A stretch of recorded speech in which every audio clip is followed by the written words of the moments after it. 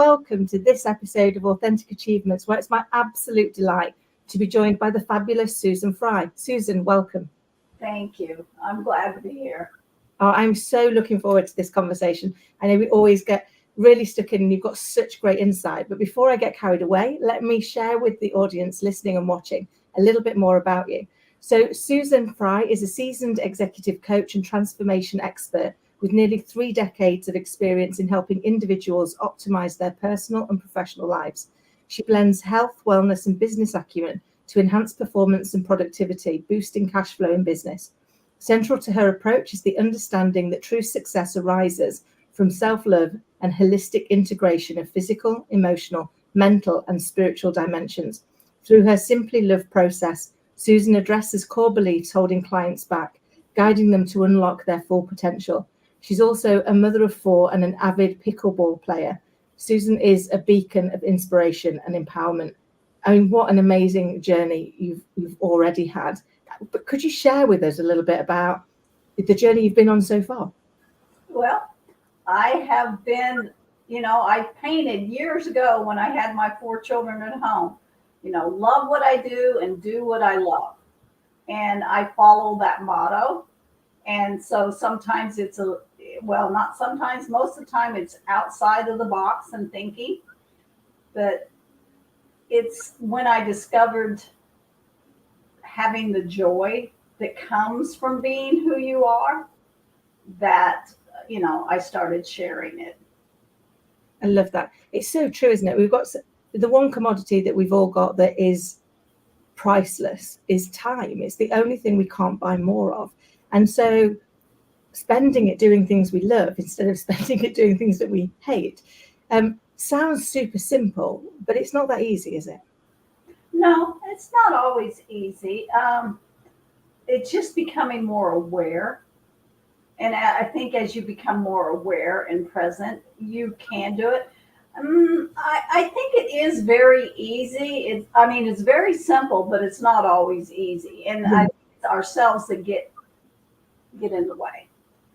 So, and it's a part of my whole Simply Love process is that when you truly, genuinely reach down and love yourself, you're going to do those things that are good for you.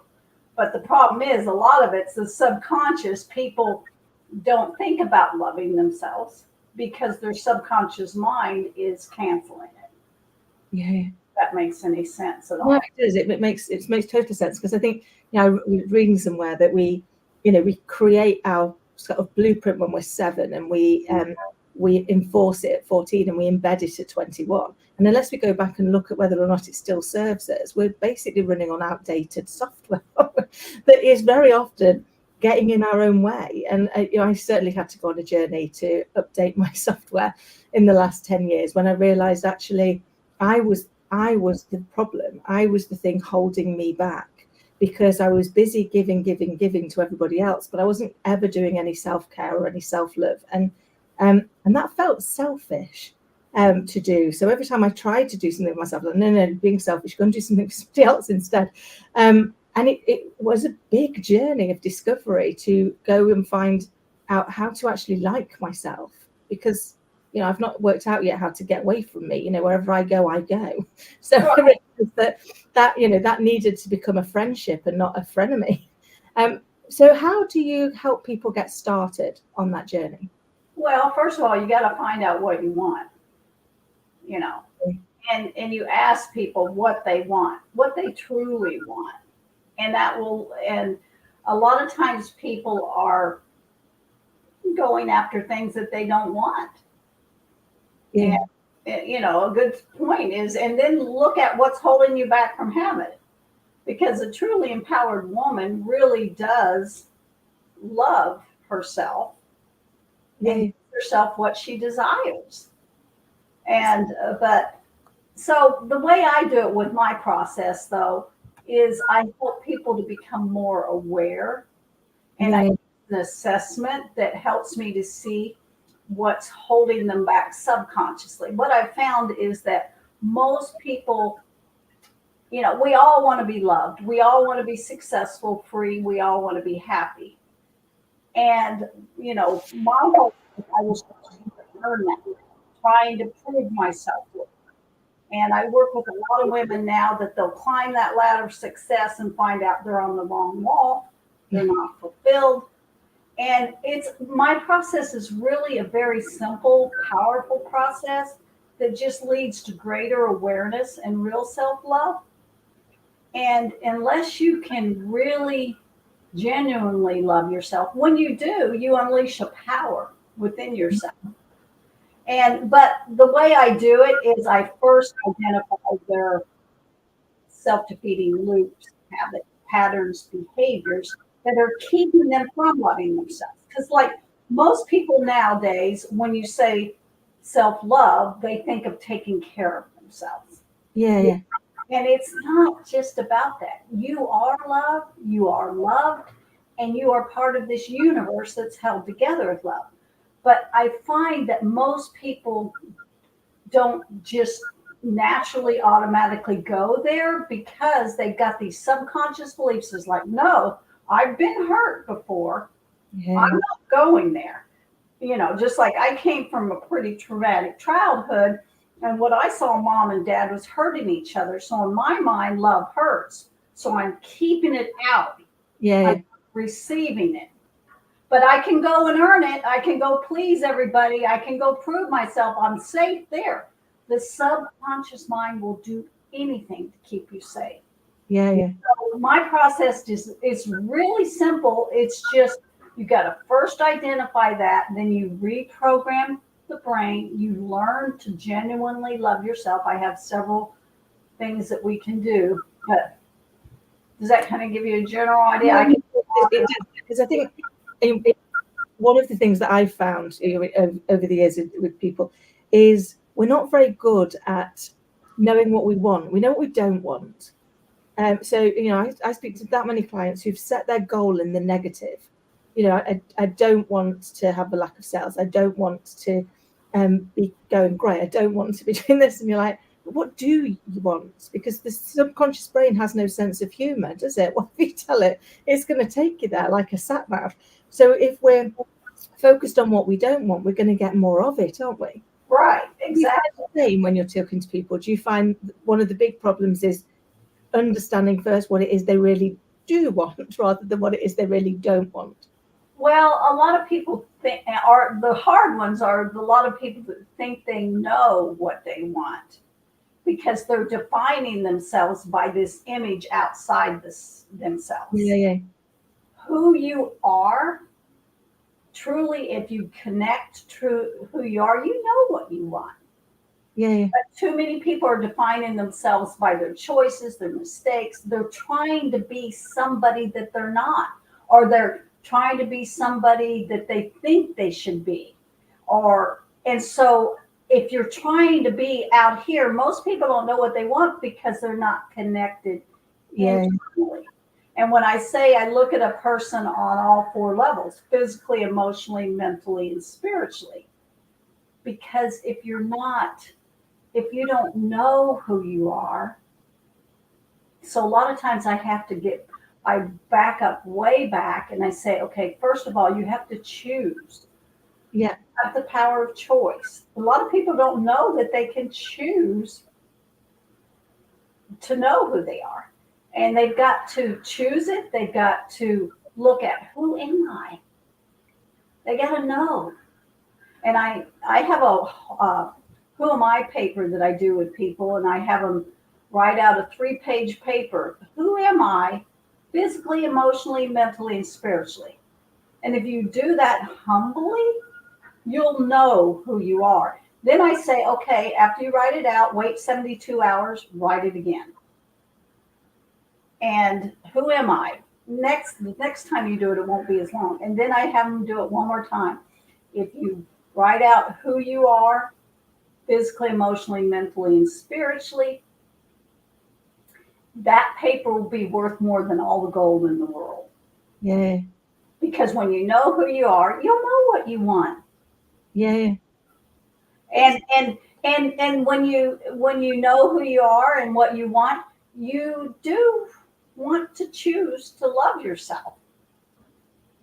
But that loving self is not just self-care. It's a recognition of who you are. Yeah. We're all love. I love that, because it's true. I mean, for me personally, when I went on my journey, I didn't like myself, and now I do. Now I relish spending time with myself, because actually I like me. I like who I am and who I stand for. And that was a big shift for me. I had to go inward first, and I had to go and face all those dark bits that I didn't want to.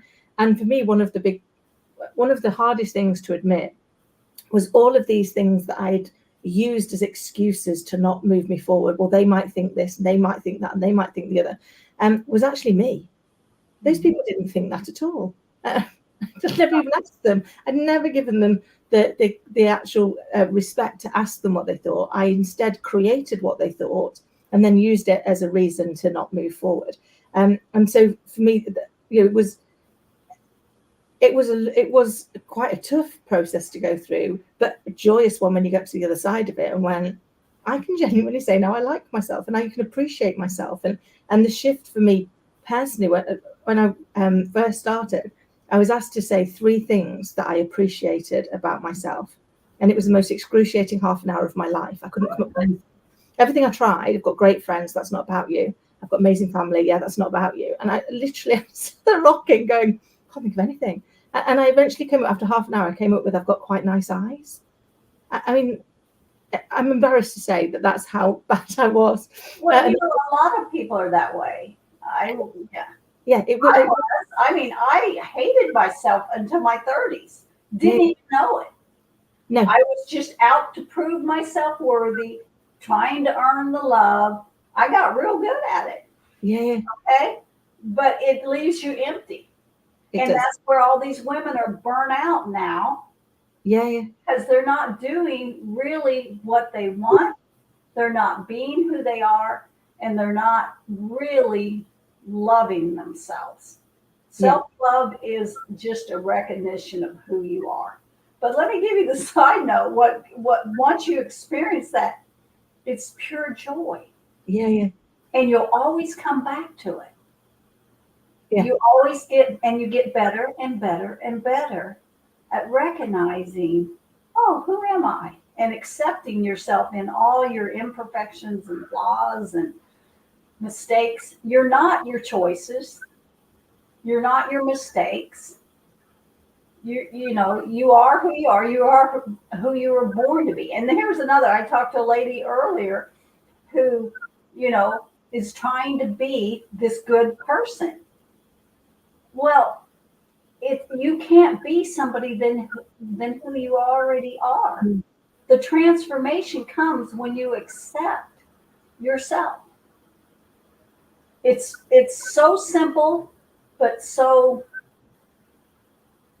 out there for some people because of our subconscious minds. And until you get to those beliefs about who you believe on an unconscious level you are, you're going to try 100 different programs. Yeah. Because the subconscious mind is going to do whatever it can to get you safe. Yeah. And if you're not safe, you're not going there. Yeah, I definitely recognize that and unfortunately for me, I was well into my 40s before I started the journey. So I was in my middle 30s before I even learned to love myself. Yeah, I was a late starter. Mine was late 40s, but a large part of mine was when I realized that if I didn't learn to love myself, I was going to teach my little girl not to love herself. Because children don't just learn by what we do and say, they learn by how we are and how we show up.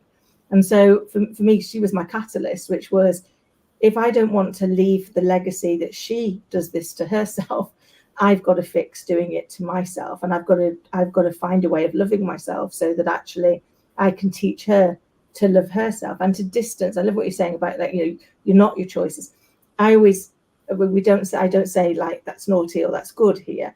We'll talk about whether or not it was a positive choice or a negative choice. And so the reason it's a choice is because the beauty of choice is the minute you make one that doesn't serve you, you can make a different one. It's like you don't have to wear it for the rest of your life. We've got so many sayings of old, haven't we, that are just they're just wrong. Like, you've made your bed, you've got to lie in it. We haven't. It's your bed. Get back out, make it again. It's like, there's always a new beginning. That's There's always a new beginning. Absolutely. But I think a lot of times women try to get that new beginning by trying to remake themselves, reinvent. And it's not about changing who you are. It's more about accepting who you are. It's, so there's always a new beginning. There is. And we always get, I've learned in life that everything in it is either a lesson, a blessing, or both. So when I'm not feeling blessed, I look for the lesson, and the blessing's right there because it's teaching you something like that is going to help you be who you're here to be. Because I believe we've all got a purpose. Right. And once we acknowledge who we are and we accept who we are, our purpose becomes really clear, and then our ability to meet that purpose becomes so much easier because we've now got the, that subconscious mind working for us instead of working. It thinks for us, but actually it's often against us, isn't it? Right. And like I said, the subconscious is just canceling out everything that's not going to be safe. Well, if you grew up in a place where you didn't feel safe, then you're going to have some hardwiring that you need to create a new operating system. Yeah. Which is the internal. It's not external. And so many people try to look outside themselves to change themselves. No, it's inward because it all starts with you. All answers are in you. Yeah, I absolutely get that. So what would you say has been your proudest moment so far? Well, of course, it's being a mother, mother of 4 children. But in my work, it's so fulfilling because I can help people. I've helped a lot of people, start businesses, be successful in their businesses. I've helped people get pregnant that didn't have couldn't get pregnant, change the mindset. I've helped women lose weight. And that's a big deal to a woman. I just help people get what they truly want. Yeah. It's possible. Anything is possible. So I have like these 90-day breakthrough challenges where there's small groups of women. So what I do is I give them an assessment. They put on there what they want, their goal. And then in the 90 days, we have a breakthrough challenge to achieve that goal. And there's very few people that ever don't get what the challenge is. Yeah. They break through. They get their challenge. And that's fulfilling. There's nothing more fulfilling than that. But other than having children, there's no greater joy than being a mother, right? Oh, no, there isn't. It's and for me, your children are an everyday reminder of the fact that anything is possible. They look at the world with such wonder and curiosity until we teach them to stop being curious, because curiosity killed the cat. And we put them in a little box. We tell them that these are the rules and this is where you play. And then we try and turn them all into little clones of each other because they all have to learn how to do exactly the same things. And you're like, no. You see their little personalities coming out when they're so tiny.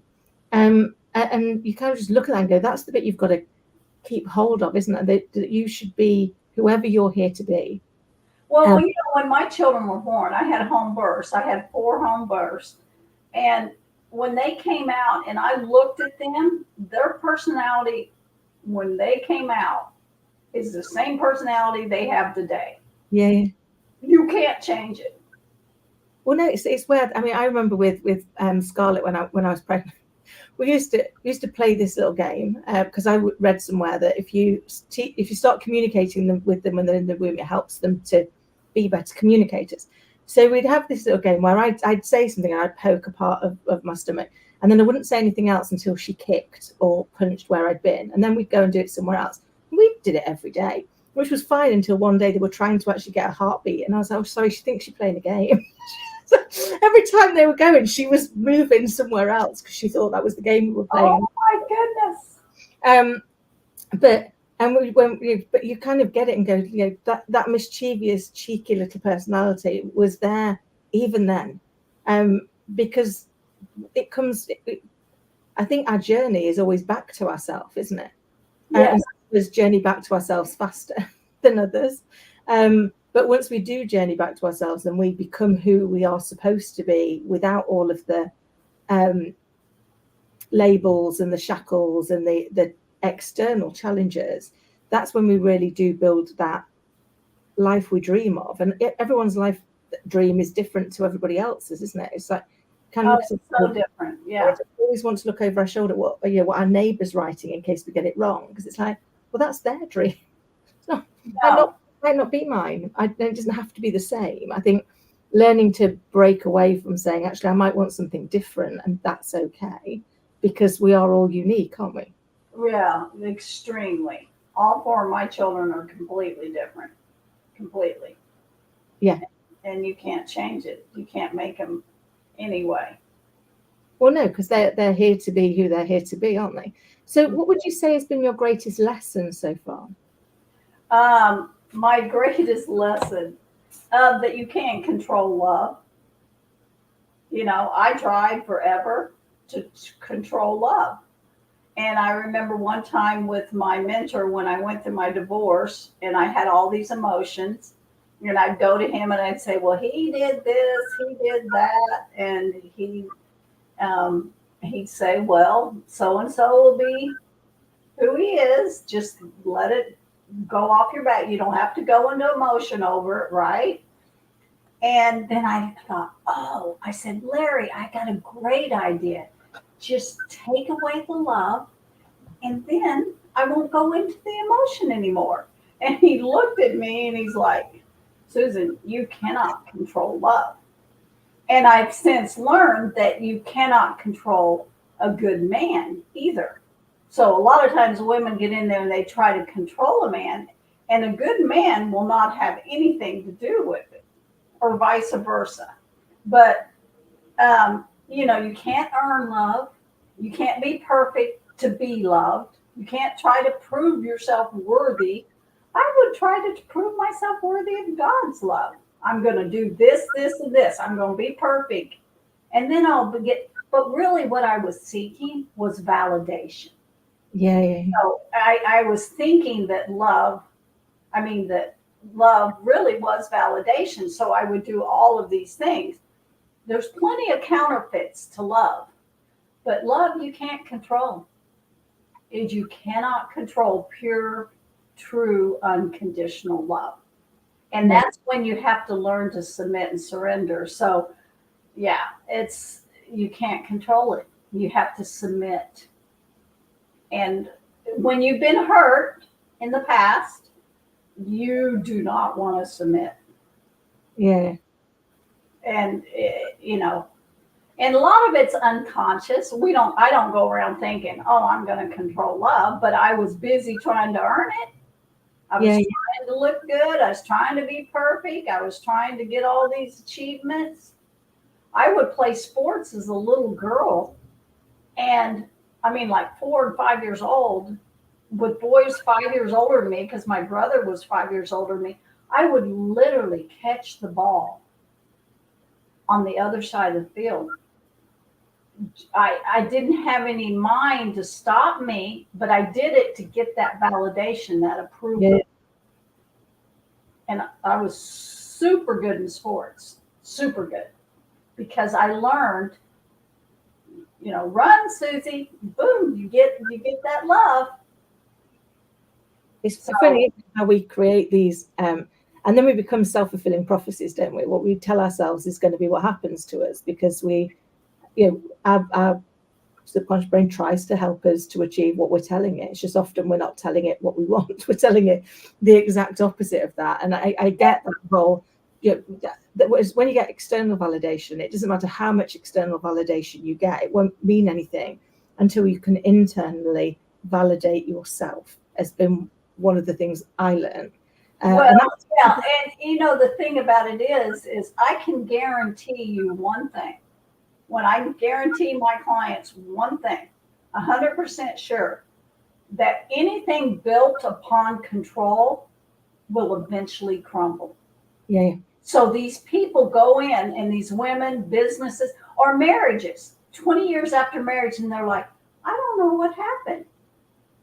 It was built upon control, validation, codependent, whatever. But anything built on control will eventually crumble. Yeah. I can guarantee you that. So I've learned my lesson on the control, and learning to just let go to the love. The hardest thing, and I was having this conversation earlier with somebody, is to learn to just receive love. I'll get really big, and I still run into these behaviors. Now I've cleared the core issues out, but I have to watch every once in a while, and I'll get busy sometimes because I can get stuff done. I'm quick. I played shortstop. I mean, I could. My sister trained me as a little girl. Okay, she'd tell me 10 things to do and see how fast I could do them. She was smart. She's trying to get me to clean up for her, you know. But sometimes I can get going, and I can be really quick and get a lot done, and then I feel good about myself. I used to. That was my validation. That was my love. That's not love. Yeah. But I get so busy. Sometimes I still get busy, and my son will say to me, Mom, are you letting the love in? And I'm like, I'm like a child being caught in a candy store. I'm like, oh no, thank you for reminding me. And I'm finding that the vulnerability and the humility is much more powerful than that control. Yeah. And receiving that love. We as women are receivers. And in business, you may think, well, that won't go in business.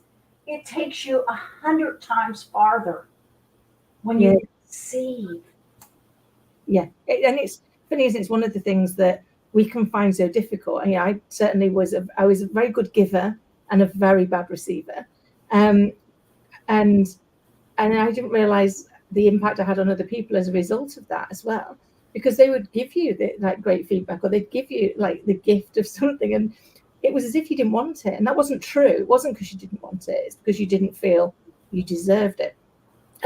But seeing the change in my relationships now that actually I can receive it and do, and I'm grateful every time that I do, has been amazing. And I think it's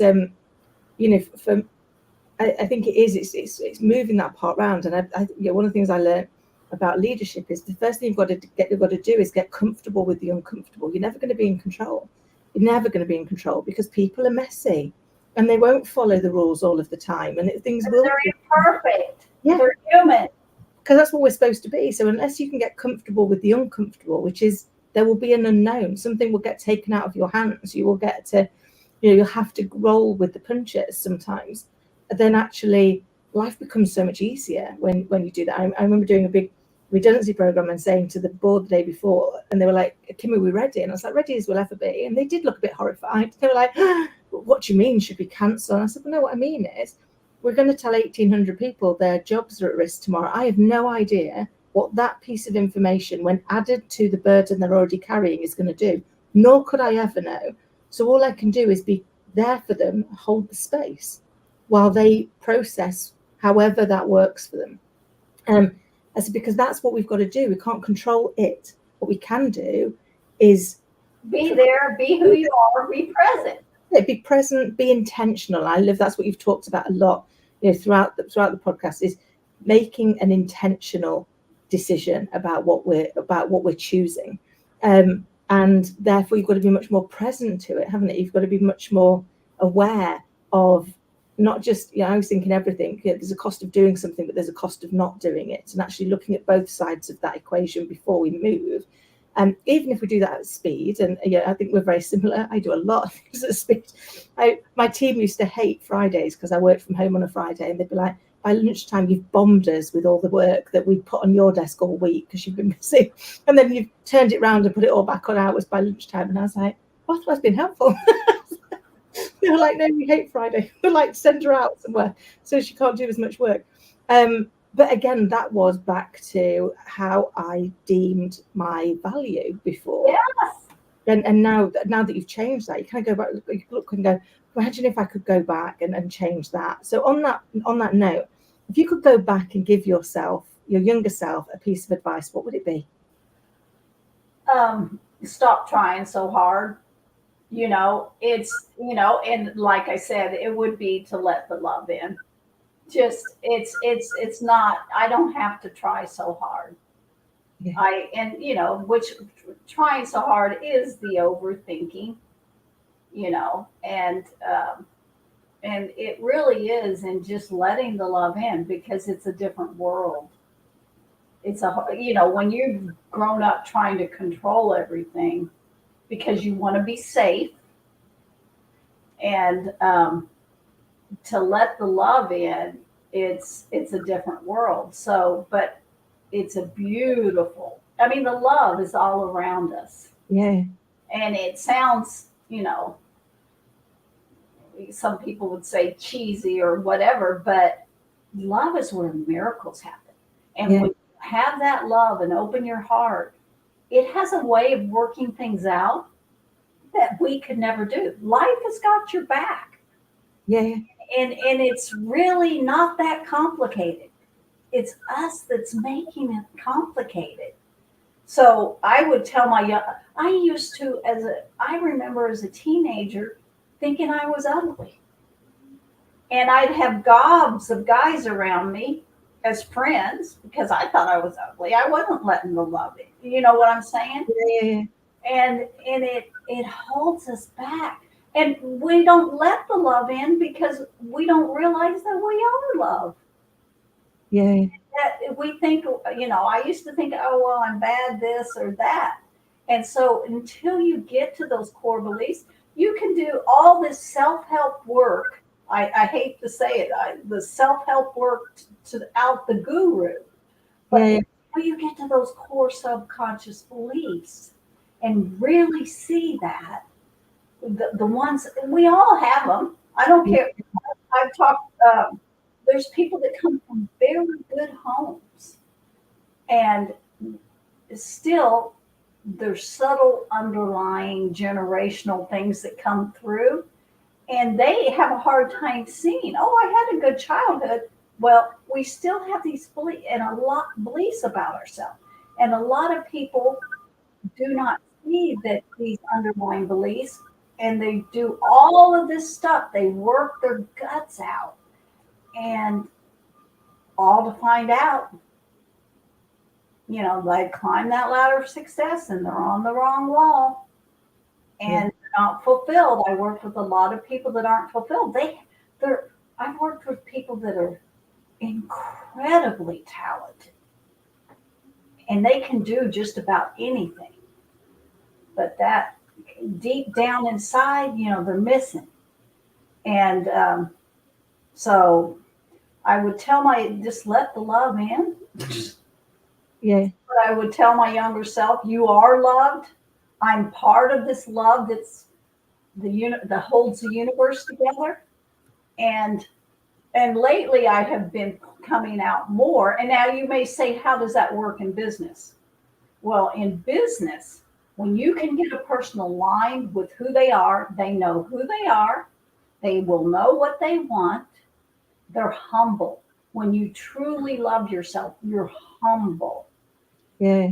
You see miracles happen. Things happen from week to week when people are aligned with who they are. Some people, or show up for themselves. Same thing as love yourself. Yeah. Show up for yourself, and be aligned, be your authentic self. I have the authentic blueprint assessment because people they crave that, because you really touch and are being your authentic self, which is loving yourself, the joy that comes and the things that happen, you can't explain. And that's why children are so wonderful, because they just go in that flow. Yeah.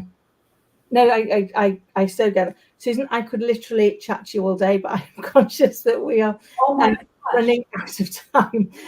So how best can people get into it? Obviously, we'll have all of your details in the show notes below. But what's the best way people can reach out to learn more and see how they can work with you? Well, you can go to my LinkedIn. You can message me.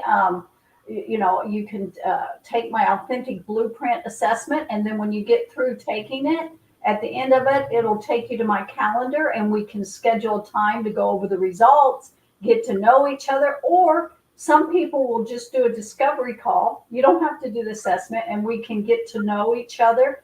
I can help answer your questions or just chat, because I like to learn about other people too. Oh, Susan, I love that. We will have all of those details just in the notes below so that people can reach out and connect with you. But my gratitude for coming and spending this time with us and sharing your love and your insight. So thank you. Oh, thank you. Bless you. Until next time, take care.